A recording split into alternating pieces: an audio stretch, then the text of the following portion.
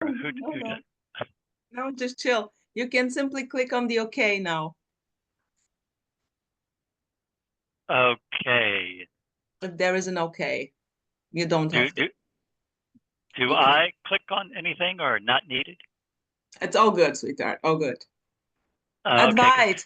So cool. Continue. Continue. Well, that's basically it. I think my mother's father was part Finnish or maybe Swedish also. His name was Manning, so that's definitely a Swedish name. And because So no but wonder that you feel so connected to Sander, yeah, and the even though he is Dutch. well, I would say after living in Sweden for 15 years, he probably has some soaked up some of the Swedish atmosphere. I But I guess so, guess to yeah. finish off, for some reason, my mother grew up in Finland, or their family was in Finland. Maybe my grandfather got a job there or something. But she spent all of her childhood in Finland. But she spoke like Finnish, Swedish, German, and Russian. Cool. Uh, Beautiful. yeah, yeah. Yeah. But she came to America when she was about 18 years old, and then she became an American citizen. And What was the reason? um, my mother was born in America, Oh. and she spent her first 3 weeks of life in America. And then after 3 weeks, my grandfather, I think he was a merchant sailor. So after 3 weeks in America, they all sailed back to Finland. Mm-hmm. Cool. So my mother, when my mother was like 18 in Finland,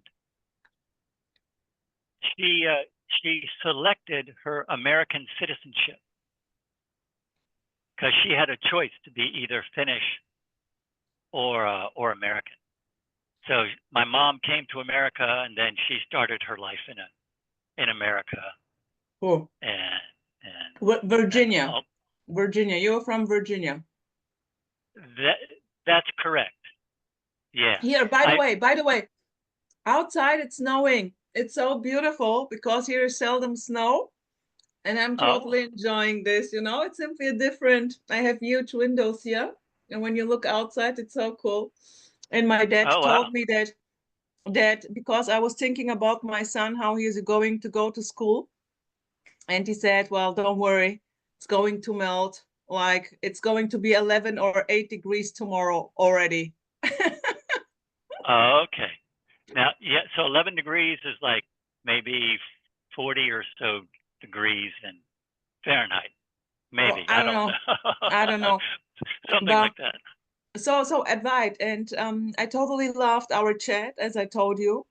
And it's interesting that you're now living since 2009 in India. That is correct. I live in South India, in a really big ashram, and it's the main ashram of my guru, Amma, and there's about, I think, maybe 3,000 people live here, something like that. It's like You a know, small city. sweetheart, it's funny, like when you move your head, like this is how the Indians are doing. Yeah, well, after 16 years, I've gotten so used to. I mean, I Yeah, do it all the time. but this also did my granny, my Bulgarian granny called Rosa. So she is totally not Indian. She lived in Cuba for a couple of years, but she is Okay. so, and she did the same. Ah. So where is this ashram? Is it Karnataka or Tamil Nadu?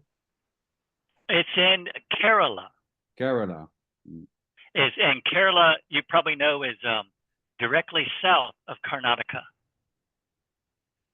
Yeah, and so it's basically just a tropical paradise. Have you ever been to India? No. Oh, okay. Well, if you ever get a chance, this part of India is just gorgeous.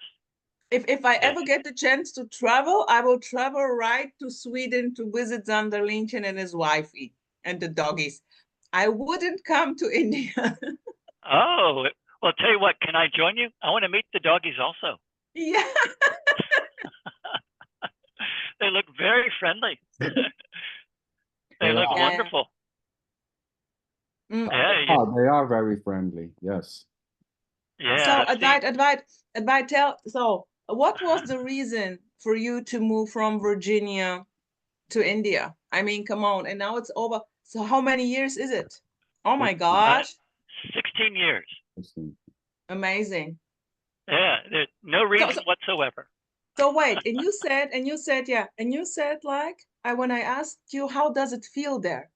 And he said, you said, yeah, tell me, how does it feel there? Well, on the how to say reality level, or on the just this level, it feels absolutely wonderful. You know, because how to say it, I'm on a more everyday level. I'm living in a place and in a situation that is in a very, very almost perfect alignment with my values and my passion, and with my goals in life. Now that's all just stuff that comes and goes, but that's, on my human level, I feel like I'm totally fulfilled living here. And I shared with you when we spoke about when I first met Amma, and I had that immediate connection.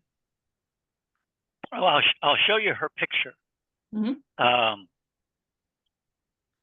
don't know. Maybe I can see. How can I see the videos? No, that's not it.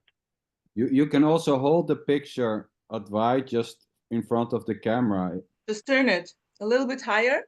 A little bit higher. Oh yeah, yeah. Yeah. Ah, sweet. Now, sweet. is there a way I can turn on my video? Your video is on. Yes, it's on. But okay, you go to Ansicht, view. There is a button called view, so you can choose gallery view, or I don't know. Ah, there it is. There it is. Okay, yeah, that's Sweetheart, do you know her, Amma? Well, I've heard about Amma, yes. Yeah. So finally, after our chat, Advait, Amma gave him the name Advait. His name is Tom. Of course, you know me, I'm booming. I directly said to him, Advait, I'm going to call you Tom. And he was very like, oh no, please be so kind and call me Advait. I said, I will call you sweetheart. Sweetheart is perfect. Here. And after our chat, I was listening to Karl Renz. I like Karl Renz, also in English. Listening to Karl Renz. Karl Renz. It's Karl Renz. I will share with you. He's a non-duality speaker. He is. I don't know what to call him. He is a bloody bastard. Oh, good. I like him already. Yeah, I know. Send me I will share with you. I will share with you something. And then I was listening to him, and he started like throwing Muji through the cocoa. And then he mentioned like Muji, like throwing shade. Muji was there because Muji? he was talking in Tiro Malalalai, I don't know where. So he was there. Yeah. I've been there. He always calls it Tiro. So, and there was a time when Muji was there, quite big in Tiro. Yes. And then Muji lived there for a while. Yeah, and in a way, Muji stole his clients. Muji came, and I don't Oh, know what, not really, but it's a joke. And Karlchen, I call him Karlchen, was so pissed. He still doesn't like Muji. And then he mentioned, well, then came Muji, and then came Amma, you know, with all those stuff. You even had no space to breathe anymore. So I went, fuck it. And then an Australian guy had the beautiful idea to plant all the trees on the mountain, on I've this, heard of that guy. and he was Yeah, so yeah. pissed. He was again so pissed. It was like, you know, it was so beautiful. It was simply this mountain without any nature on it, you know. So it was the naked truth. And now you have all those monkeys and donkeys, and it was I was cracking up. I was totally cracking up because now everything is green, you know. Right, And right. it's not Well, looking Shiva, like it looks. well, they say the mountain is Shiva, and Shiva needs at least a little bit of hair. So it's good that they're planting the trees. That's He his hair. is always like, how could they do this? How could this bloody idiot do this? It's unbelievable. And that's why he is not returning anymore to Tiro. He is done. Oh, Tiruvannamalai is beautiful, especially on the full moon days when they do the pradakshina around the mountain. I was there during a full moon day, and there's like tens of thousands of people who walk around Arunachala. And it's Arunachala, beautiful. exactly. Yeah, It's Ramana's place, Maharishi. Yeah. Oh, not Maharishi. Ramana Maharshi. Maharshi, yeah. Sorry, correct. Maharshi. Well, actually, I'm sorry. That's one way to pronounce Ramana's name. You could say Ramana Maharishi, but when Westerners hear Maharishi, they mostly think of the TM Maharishi. Yeah, yes. Right, and so Westerners usually say Maharshi. Maharshi. So, but it's a small thing, so I shouldn't worry about it. It doesn't matter, but it's Ramana. Yeah, it's his mountain, Ramana. Yeah. Ramana's great. It's no one's mountain. But you know what I mean. It's associated with, like you said. Well, yeah, you know? it's the same with Kailash, that Shiva is residing in Kailash. I mean, yeah. Well, the mythology is that Mount Kailash is the home of Lord Shiva and Parvati. Parvati, yes. But they say, I've heard. I mean, I don't. This is what I've heard many times from different people in different books. Is that Arunachala is actually considered to be an embodiment of Shiva. Like the mountain and Shiva, Lord Shiva, are the same. You know, but you know, I don't. That's what I've heard. I mean, we can say there's just Shiva. There's nothing. Yes. There's nothing apart from Shiva. There's just Shiva dancing. There's no separated anyone. It's all Shiva.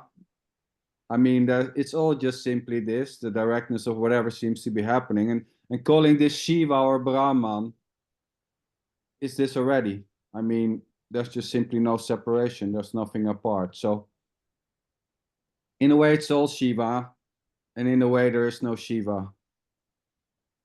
I would say Shiva and there's no Shiva simultaneously. Yeah, it's just, you know, whatever feels good. If you like the form of Shiva or the mythology of Shiva, you know, then Shiva is available, you know, for those who are attracted to that. Yes. And then there's Advaita for those who are not really interested in the form of a divine. They can, you know, practice Advaita, which is formless. And that's and I think, Sander, you have some experience in the Hindu tradition. I think you had a Hindu teacher or something. Well, I was practicing kriyas. Like who was Sri Sri Ravi Shankar. No, Sadhguru. Oh, what's his name? Yogananda Paramahansa. No, Sadhguru. Oh, Sadhguru. Oh, the motorcycle guru. The motorcycle guru, correct. But so I, you know, in my so-called growing up, I have read different types of book, Yogananda and the Bhagavad Gita and Krishnamurti and all those types of books has come along. Mm-hmm. But there was never, you know, there was never, you know, there was a curiosity, but it was never out of a sense of incompleteness or to reach somewhere or to go beyond something, as it was already seen that it, you know, there's nothing to go beyond. There's no separation. There's nothing to find. There's nothing more than this or something which is beyond this. So there was just, you know, let's say, a natural curiosity to read books, and you know, these needs and wants and interests are just dancing freely. You know, being interested in Advaita Vedanta or in Advaita, or, you know, going to a guru or leaving a guru, it all just plays out innocently. There's no one behind as a separated you know, having these needs or owning these needs, able to change them. And at the same time, you know, wanting to change the needs or to have less needs is as innocent as the needs are arising or dissolving. It's just playing freely. We can say it's just dancing, you know, you can say it's Shiva dancing or this dancing. It all just simply innocently swirling around an empty center. Yeah. This is. Oh, you say it so beautifully, and I just, you know, just so much appreciate the clarity. You know, I've been watching the videos for about maybe 3 or 4 months now, and they've been, how to say, I mean, in one sense, there's only just this, you know, it's just whatever's happening, and it's all a beauty, it's all divine and wonderful, and it seems like, I mean, the experience here is that when I watch your videos, that feeling just kind of bit by bit gets more and more clear, and there's nothing to get. You know, all there is just this. I mean, it's the simplest Because thing in the world. it's not about getting this clear, because there is nothing to get clear. But yeah, Yes. go on, sweetheart. Yeah. Yes, and but it's also paradoxical. Yes. Because at the same time, it's like both levels here. It's felt that both levels are kind of all just dancing together beautifully. Oh yes. You know, the quote unquote Brahman level, or whatever word you want to put to it, the divine level, the supreme consciousness. It's, you know, whatever word that is resonates. And then the mundane level. And this is what another feeling that your videos and in my own just internal inquiry have it just bit by bit become more clear that it's all just dancing together beautifully. And whatever's arising, it's just arising. It's all beautiful and wonderful. And, you know, just when I do my volunteer work or work around my room and I'm listening to your videos, it's just the feeling of what you're sharing just slowly sinks in, you know. And as it sinks in, it's like, oh, there was the feeling comes up that there really never was a separate me, a separate you. There was never a separate me to be dissolved or to be seen through. Correct. Yeah. And it's just bit by bit, that is like, it's like there's a pattern here. Can I really believe that? Is it really this simple? Can it be, just this direct simplicity? And there's like a pattern here of, oh no, it can't be that simple. There's got to be something else to it, or I've got to feel a certain way or have some certain amazing experience. Beautiful. Yes. And yeah, and that pattern, which is just arising, is just what's happening. But Yes. all those egoic patterns are still swirling around and swirling around. Yes. Beautiful. Yes. That's it. Yeah, it's like, okay, and I can't deny them because they're just happening. But with the inquiry, oh, who are they happening to? Well, I can't find anyone that they're happening to. It's like, nah, you don't have it, Advait. You're not, you don't get it. But there's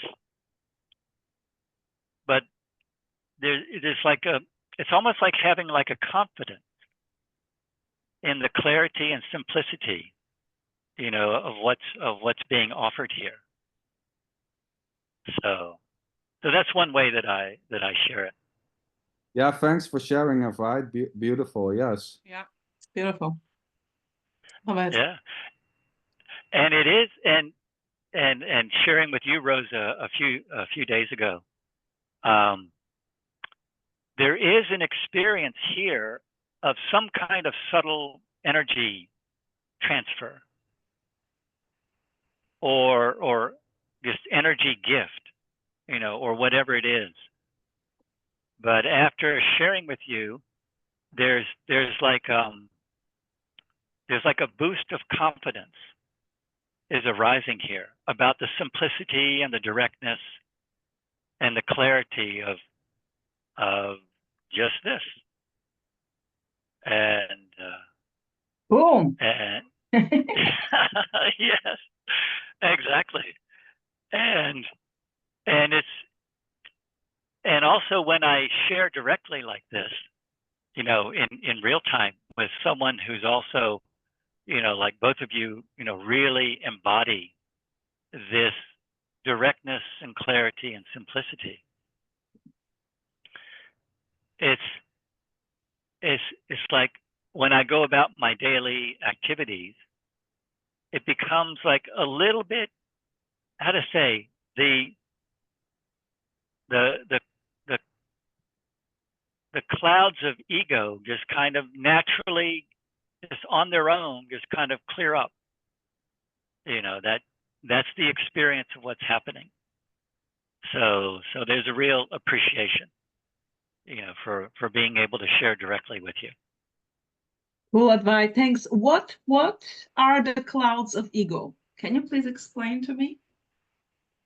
Well, that's just a phrasing of saying just what's happening, just what is, and that it's a way of describing these energy patterns that arise in the mind and the emotion, and they have no inherent existence or no permanent existence, or they're not personal, is the way I would say it. They're totally have nothing to do with an Advait. Exactly. Yeah, and this thing called Advait is just this swirling energy patterns, that just come and go and come and go, and they're this way, they're cloudy, they're clear, happy, sad, whatever, it doesn't matter. And then that's that's it.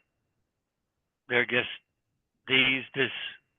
this flow of energy that's constantly shifting and changing moment by moment.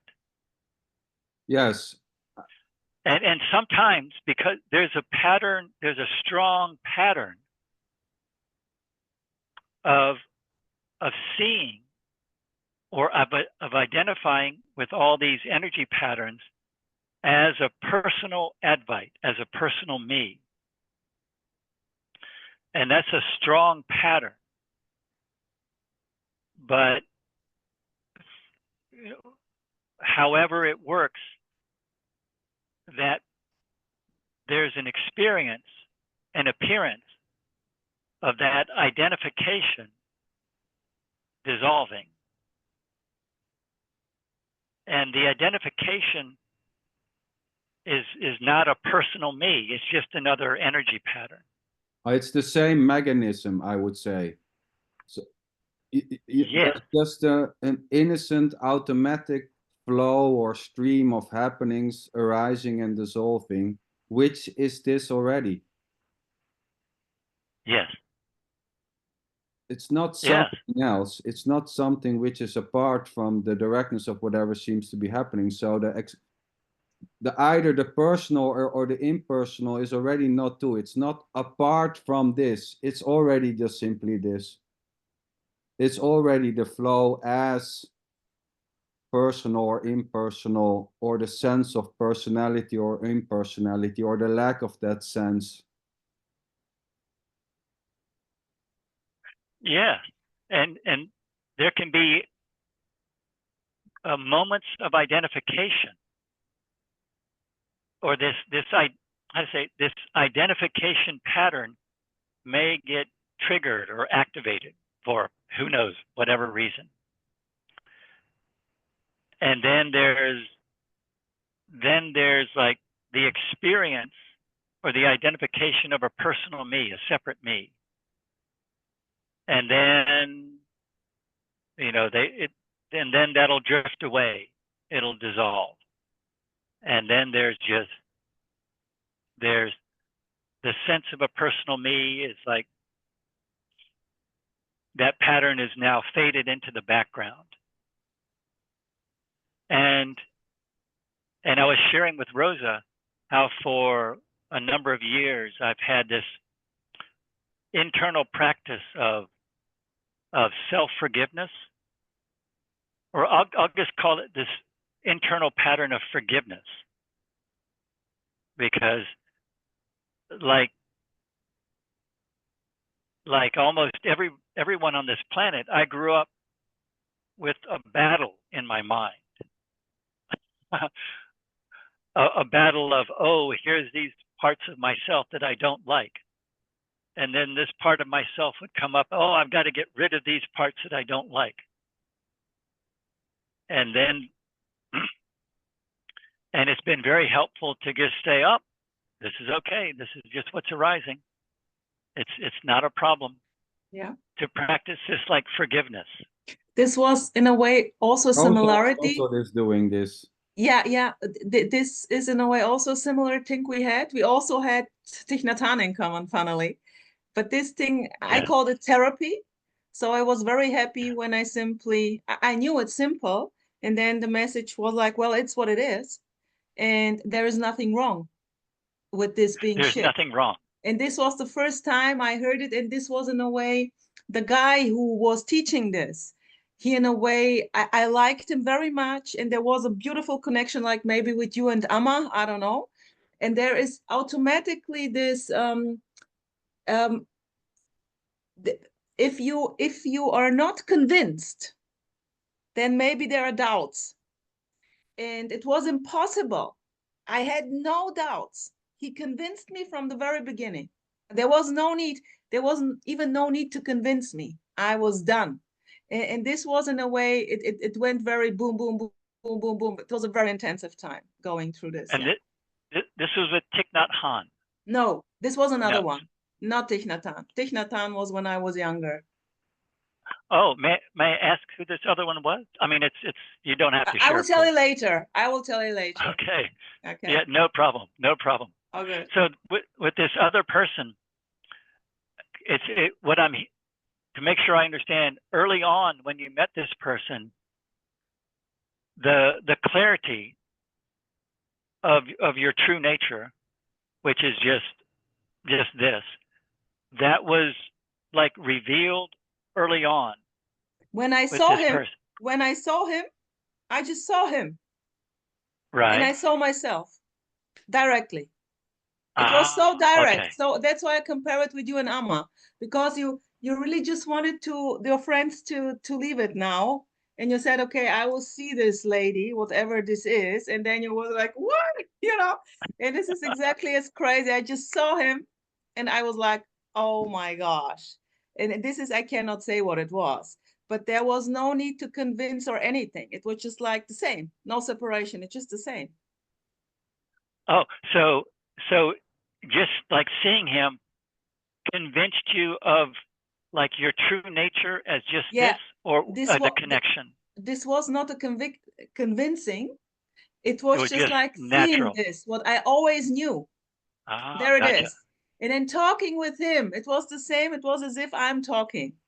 There was not him talking to me. It was the same. I was like, oh my gosh, it's impossible. Well, gotcha. Okay. I mean, can there be something else than true nature? There's just this. What's happening? We can. I mean, in my mind, I can call it true nature. You know, different words. Or, you know, or untrue nature, but it's just simply this already. So, I mean, there's nowhere to go. I would say there isn't an actual this, which is having parts. Yeah. Yes.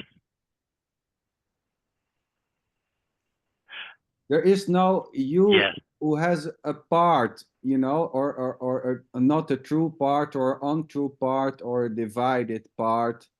I mean, at the same time, you know, I would say there's just this partless directness. So it's not something which is existing out of different parts which can come together as one. It's already undivided. Yeah. It's already complete in itself, I would say. All I can do is this. Yeah. Yeah, that's all I can say is just 1,000 yeses. and at the same time, within this, you know, just this, whatever's happening, there's billions and billions of apparent parts. Oh yes. You know, that all, you know, that seem to be separate. Yes. And within that dance, it could be like two dancers, you know, two dancers who are doing like a beautiful tango or whatever dance. And in that moment, is there one or two? You know, is that dance consisting of two people, or is it just the dancing is happening and there's the appearance of two people doing the dance? Well, I mean, there's many ways to talk about it.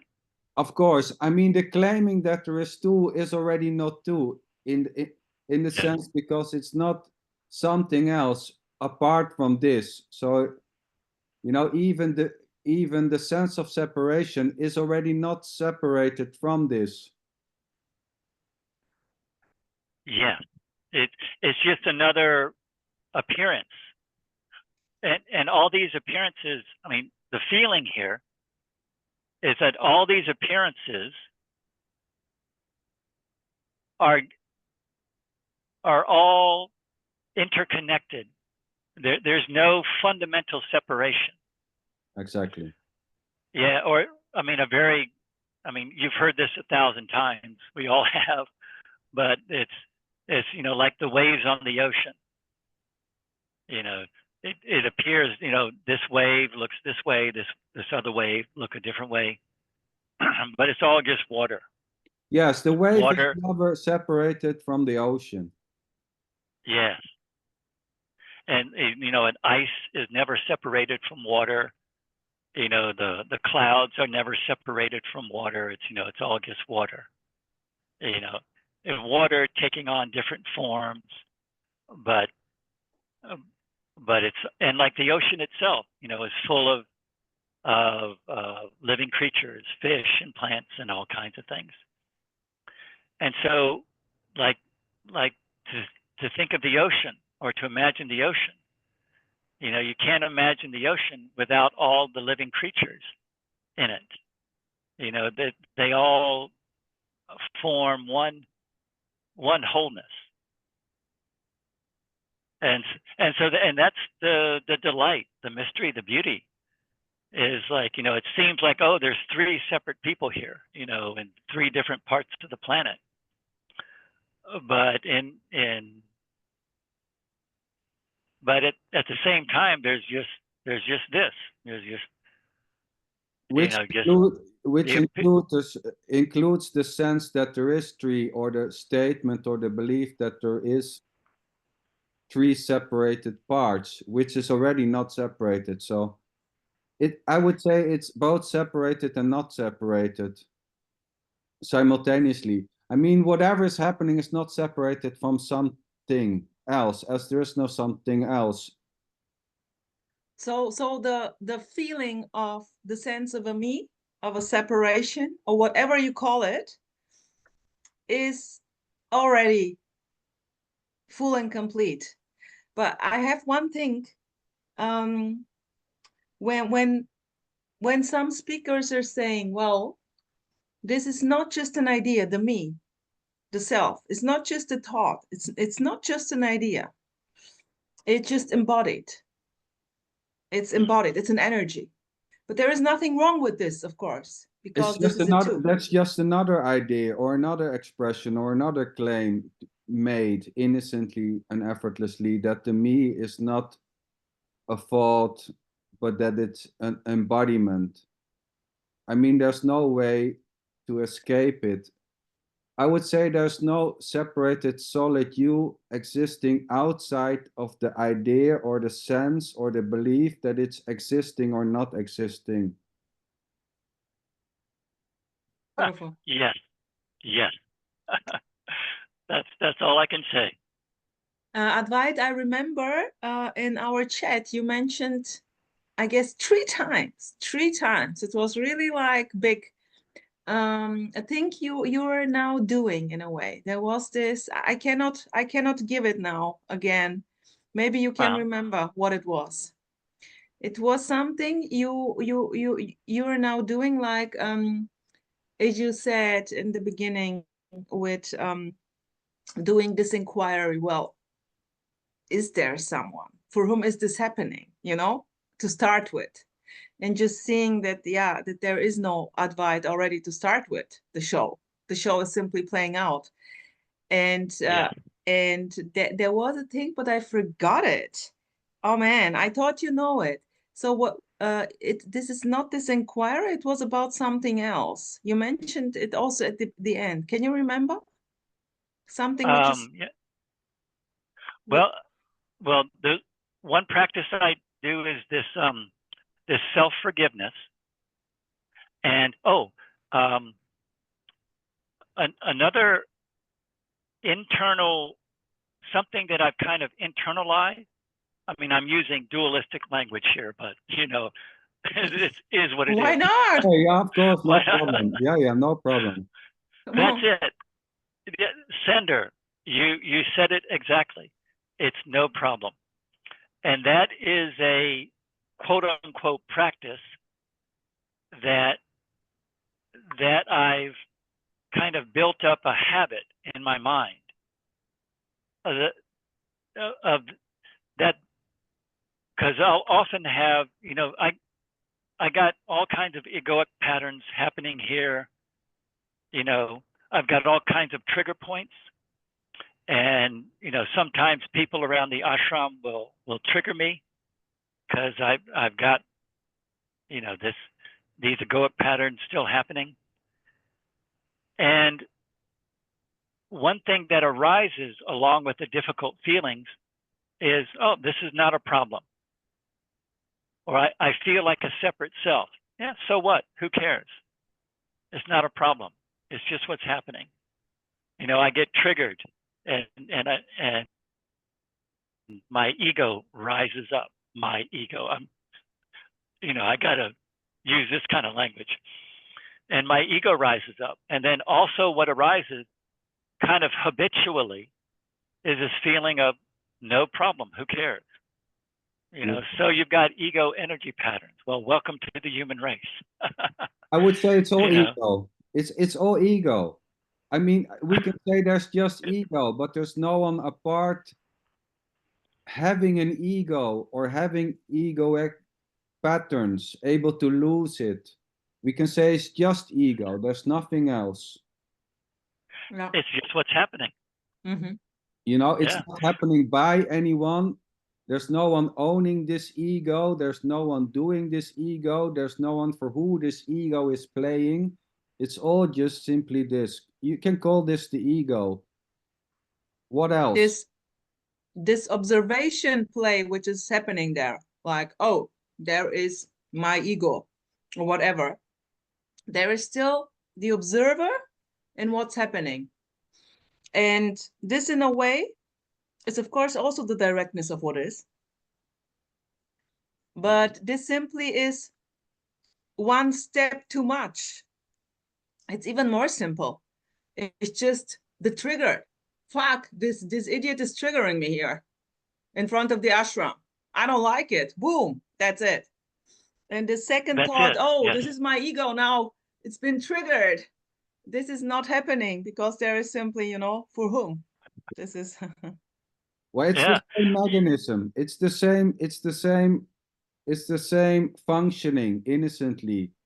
You know, the observer and the claiming and the assumptions and the conclusions arising out of a so-called triggering and the naming it to be a trigger, it's already the same functioning.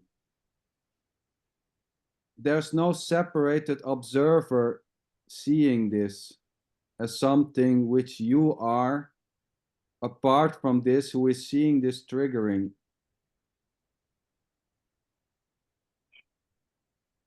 Yeah.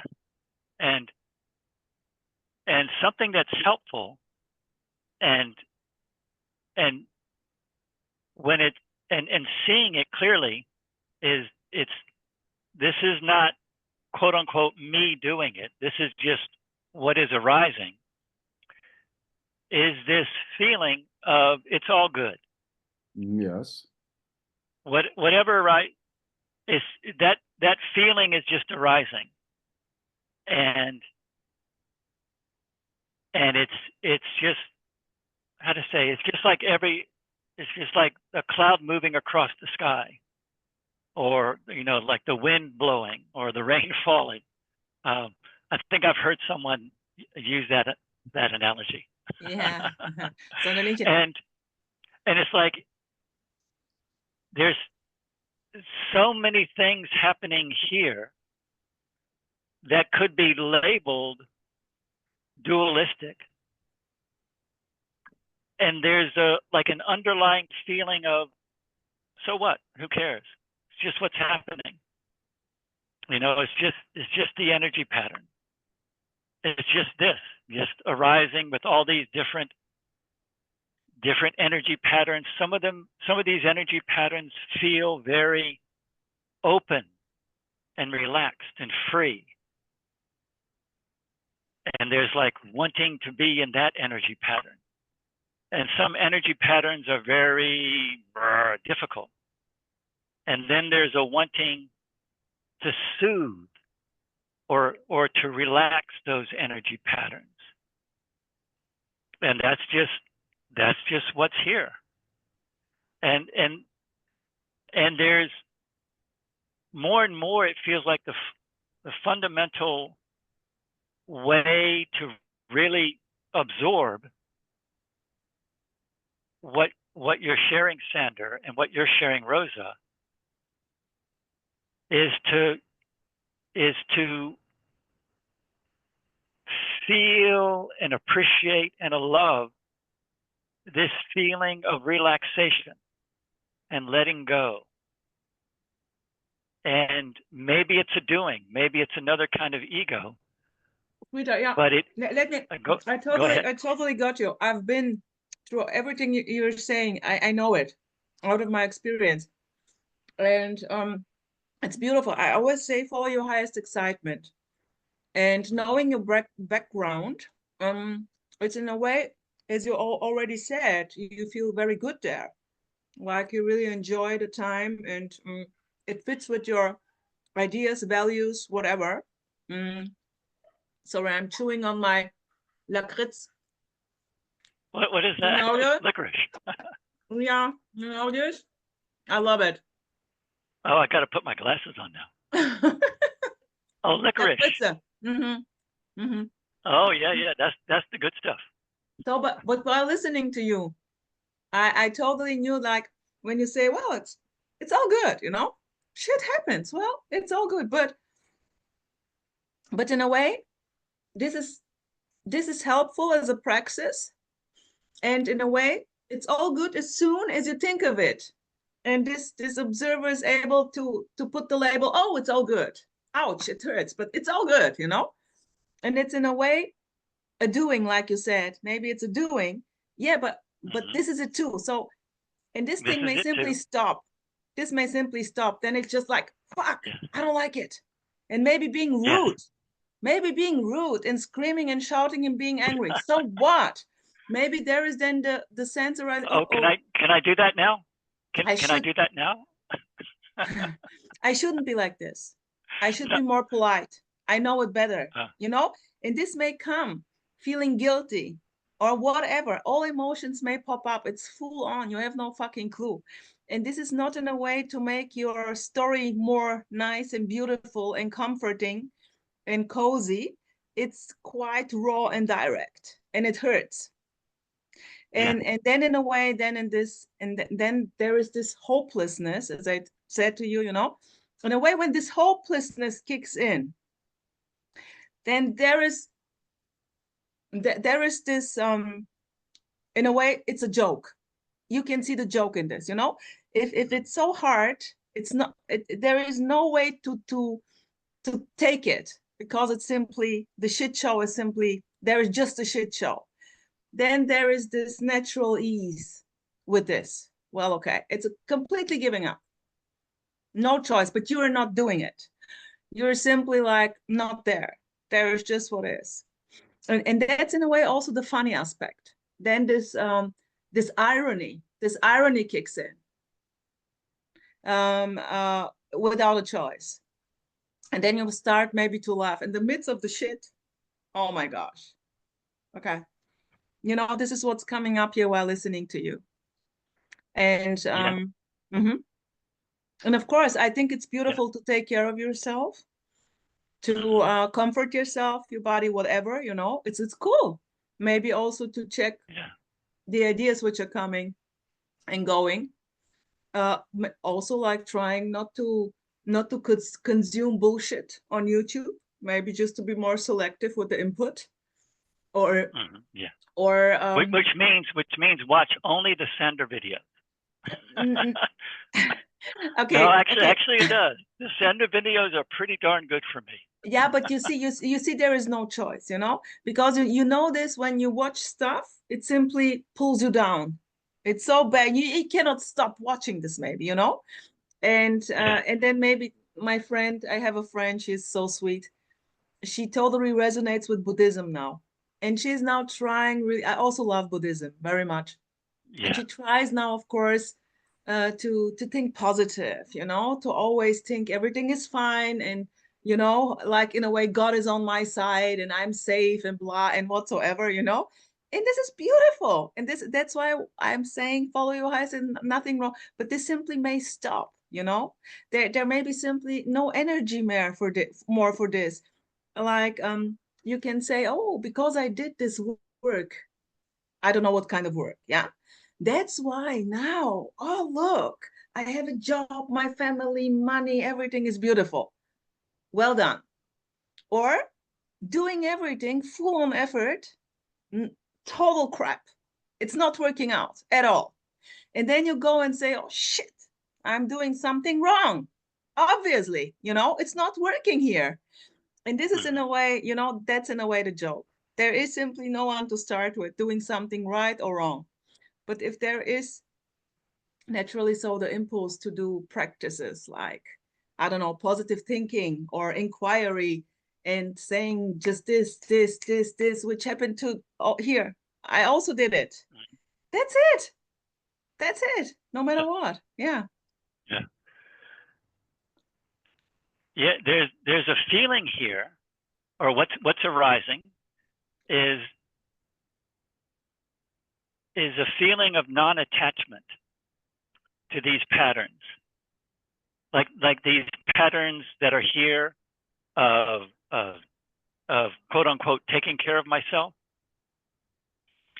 There's a feeling that that's just what's naturally arising, and you are totally correct. At any time, they could change. As I was sharing, like I've been, deeply in love and devoted to Amma for about 22, 23 years now. And I feel that devotion just get deeper and deeper. And there is no one here who is devoted to Amma. It's just what arises. And it arose 23 years ago, and it just getting stronger. And because of everything, who knows why? There's no reason why. That devotion is just here. And that devotion could just disappear in the next instant, just be gone. And then I say, okay, I'm done with this ashram business. I'm done with this Amma business. I'm going to go back to America or wherever and, live a different life. And there's a feeling that, yeah, that's totally possible. And there may be emotions that come up with that. Okay, yeah, exactly. Fine. This emotions. was the point. This was the point Right. I was asking you. It was about the fear, Okay. the slight fear coming up, maybe. There's no fear. Okay. It may be connected. I don't know if this is connected, but never in my life have I had a fear of death. So maybe that's connected, to some of this. But when I think about, this connection to Amma, this disappearing, there may be feelings, all kinds of feelings arise. Who knows? I mean, there's no one here to choose or to, there's, how to say, there may be difficult feelings, but there's no one here who would take them personally. Okay. Now, when I say that, there is definitely a strong pattern of this individual contracted ego. That kind of energy pattern is still here. I don't care. Or caring about it doesn't seem to arise. It's just, that's what's Exactly. here. Yeah, exactly. Beautifully said. Yeah, the way one teacher said it, and I shared, he said, the contracted ego is like a fan, electric fan. And when you realize that there never was a separate individual I in the first place, it's like that fan is unplugged. But the fan is still going to spin, for however long it spins. But it's no longer plugged in. So it's gonna slow down. Now, is my plug unplugged? I don't know. I don't really care. It's just whatever's happening. Maybe my ego is still fully plugged in, or maybe it's fully unplugged. Whatever. There's no I in charge of that. There's no I who can control that. And when I share with wonderful people like both of you, the clarity of that just like, and the confidence of that just like grows, but it grows for no one. It grows for no personal person. It's just confidence is there, Beautiful. you know, and this energy pattern here is going to unfold in its own unique way. And different people will look at me and say, oh, Advait, you're messed up in this way. And another person will look at me and say, oh my gosh, Advait, that part of you is okay, but this other part of you is totally screwed up. It's like, okay, whatever. Yeah. It's all beautiful. It's all good. No, don't say it's all good. That's not true. You're getting caught in a story. Well, okay, I'm in a story. So what? Who cares? It's all good. Yes. But there is in a way just a story. It's just a story. And some stories make me feel relaxed and comfortable and at ease. And there's a gravitation toward those stories. And then other stories, you know, create, you know, resonate with tension and discomfort and fear. And so, oh, okay, no. I'm gonna hold on to my good stories and soothe and relax those difficult stories. And that's all just one big story just happening here. And it's okay. It's like I was watching one of your videos, Sander, yesterday, one of your early videos. It was so beautiful.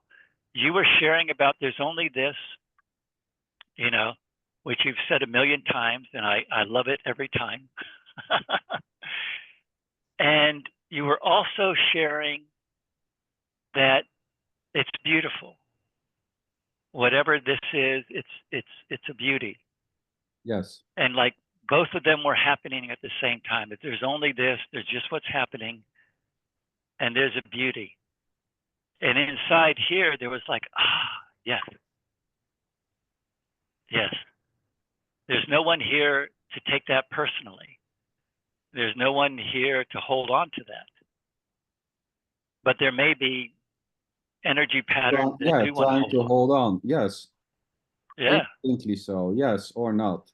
They're trying to Or hold not. on, they're trying to hold on to this may arise or not, but there's no you in between or besides that. There's no one to hold on to anything. There's no one able to hold on to nothing. And also there is no one to be able to let go of anything or nothing. And in a way, also like Xander is saying, it's hurt as it's hurt. It is as it's hurt. Like Say again, please. You simply hear it as you're hearing it, no It's matter heard, what. yes.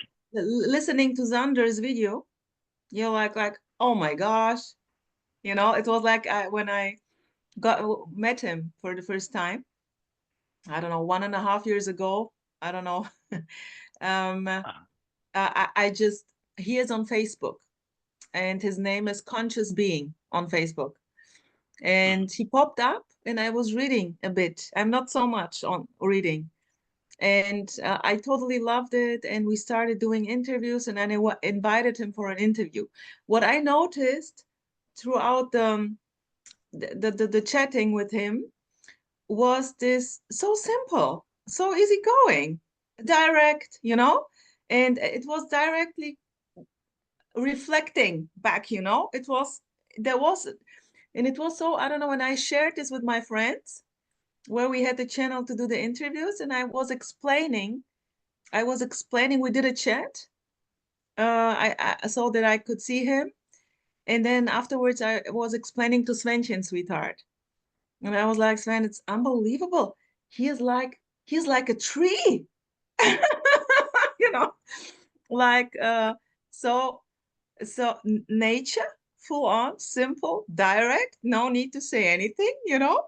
It was amazing. And yeah, and then I in a way asked him to do a video, because I'm more audio and visual. I asked him simply to do a video like other non-dual speakers are doing. And then he directly, here we go. And I was totally like you know, just watching those short videos, I was like, wow, Yeah, and this is like, yeah. Yeah. When Well, it, now I have to say, just very briefly, a big thank you to Rosa for inviting Sander to post those videos. They're just wonderful, wonderful videos. Yeah, but I have also no say in the matter in a way, you know. It's not because of me that he's doing now the videos. I simply here this is following my highest excitement. I've never seen such a thing before. And I was just like, oh wow, you know, this I want to share, this impulsive. Yeah, I noticed when there is something beautifully happening here, like, I don't know, whatever cool things may happen, here's always this, I want to share with the whole universe, you know, directly. It's beautiful. It's there great. is no possibility to keep it here, you know, even if it's a song, which I saw on YouTube and I loved it.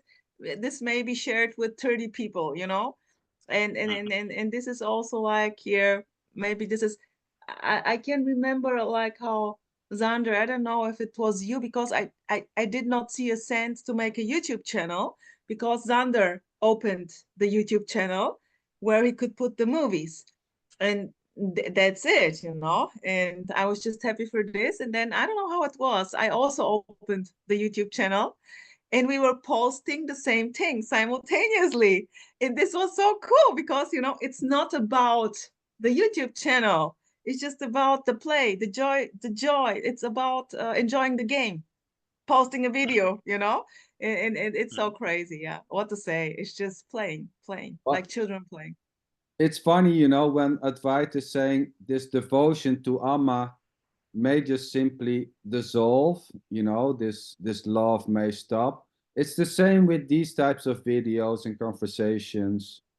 You know, this all may well just simply vanish or dissolve. Interest may shift, you know, needs or wants or likes or preference or dancing freely. So there's no way of knowing what is next. You know, this can stop instantly. And I know that Always I'm not able. spontaneously and effortlessly, it will arise or it will dissolve. It will not dissolve or stop for anyone. And I know that I'm not able to bring Xander to do more videos if this is not happening anymore. If he is not anymore going and puking out those videos, here it's going to be impossible. It's going to be impossible to force him to do this, you know, no matter how much he likes me, or, you know, Well, but just forcing may happen, you know. You never. forcing may happen here. Definitely forcing may happen, and then it's seen as it's a joke, you know. Oh, come on, sweetheart. I want to play, to still continue to play and put out. I consider my YouTube channel as an art channel. Art. For me, it's like art. It's a great channel. It's wonderful. And also like the pictures, the nature pictures I'm putting on are always from friends who are doing pictures, and I'm just grabbing them from Facebook, or they send them because they know I love nature. And it's just, for me, it's like art or food, you know, and it's like a child playing, as I said, follow your highest excitement. That's it. And I really share with you, Advait. It's the greatest resonance, the way Xander is performing. Of course, no one is performing, but it's so beautiful. Yeah, totally. It's just like here in India, they have, you know, all these kind of fruits, and they're all amazing. And it's like the same with these non-duality speakers. Some people will like this kind of fruit. Some people will like that kind of fruit. And when I saw the Zander fruit, it's like, oh, wow, this is like the most wonderful fruit. Yeah. You know, in terms of these non-duality speakers, it's like, oh, this is what resonates with me. You know, this is the tastiest non-duality fruit. And for me, it's wonderful that there's such a variety. You know, there's tens of thousands of non-duality speakers. And when I see that, I say, oh, that's wonderful. That means that if everyone who's interested in this, they can look around and do searches and see different ones and find someone who really resonates with this message. And on a mundane level, there's a feeling here on a everyday level that this message is in its own way will be helpful to bring maybe a little bit more joy and openness and harmony to the world.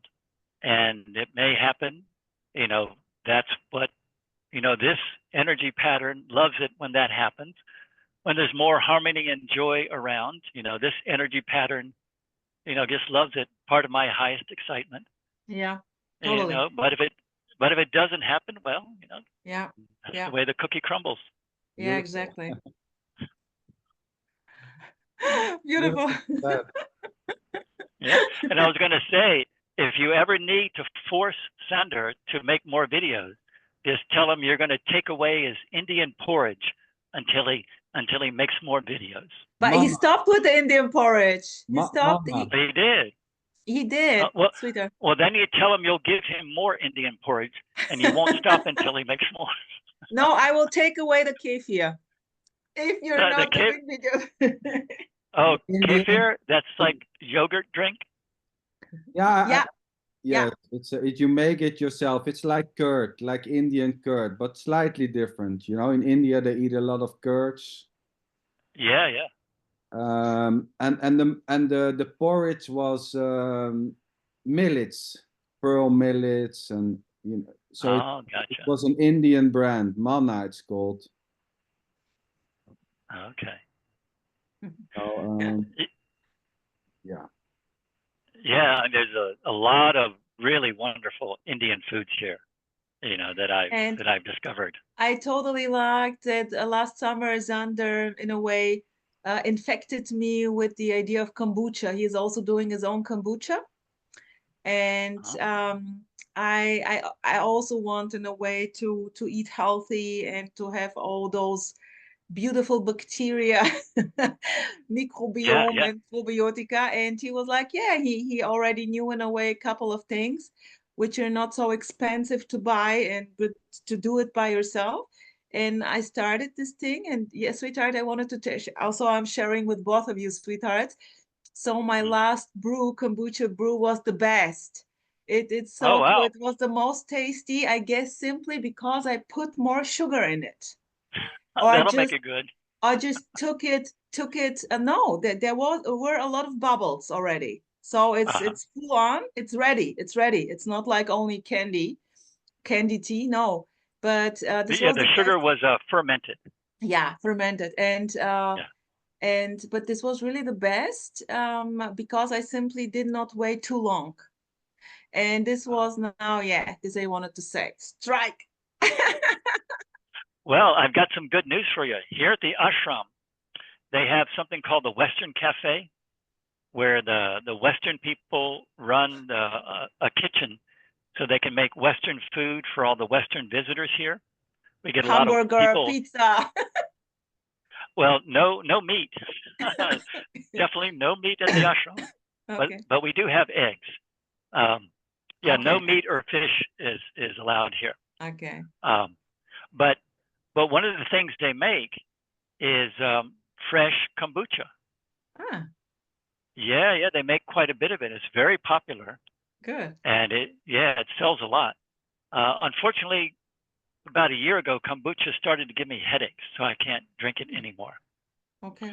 Yeah, like caffeine and miso and chocolate and coffee and tea and kombucha and some other things. Some of my favorite foods, they've all started to give me headaches, so I can't have them anymore. Interesting. They work on the nerve on the nerve system, Yeah. It's the coffee.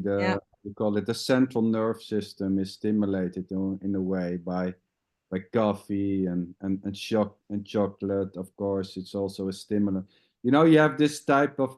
I'm not so much into this, but you have this type of prana foods, negative prana foods and positive prana foods and Bengal and certain stuff you should not eat when you want, different effects, so to say. So all these types of foods have an effect on the body, naturally so. Yeah, there's Ayurvedic foods. Yes. And Amma has trained some of her cooks on how to use basic Ayurvedic principles in their cooking.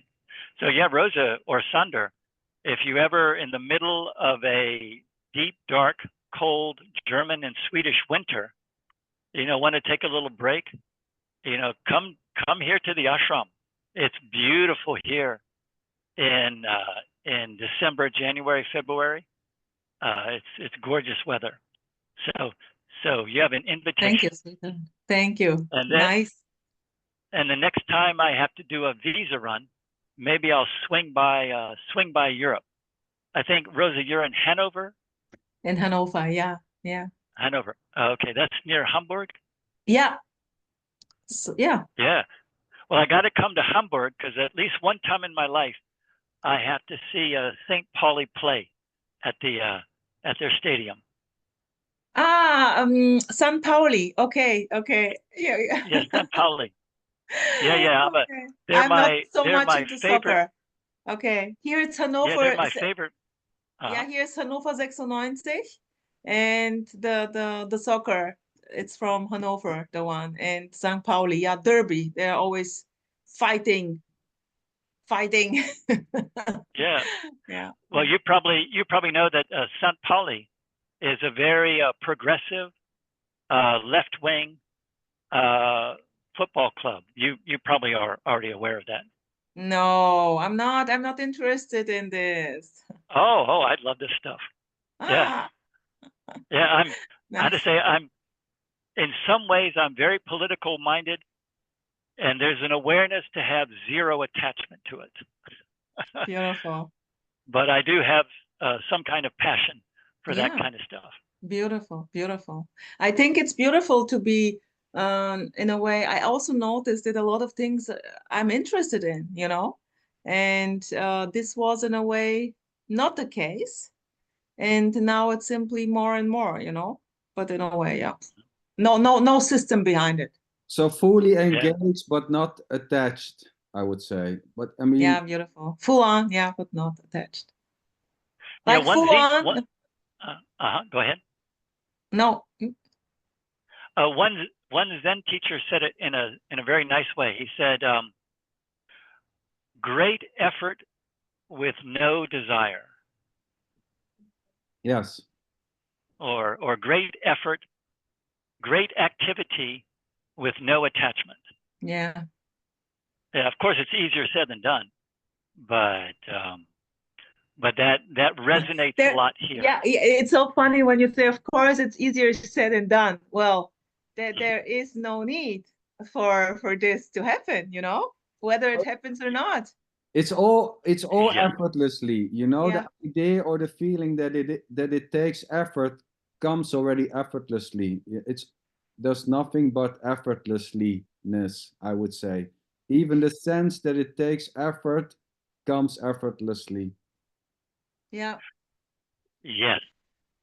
And that's like when you were sharing in your video, Sander, about just this and the beautifulness or the okayness or the beauty, that here is helpful to rest and relax in this message, is to like surround myself with this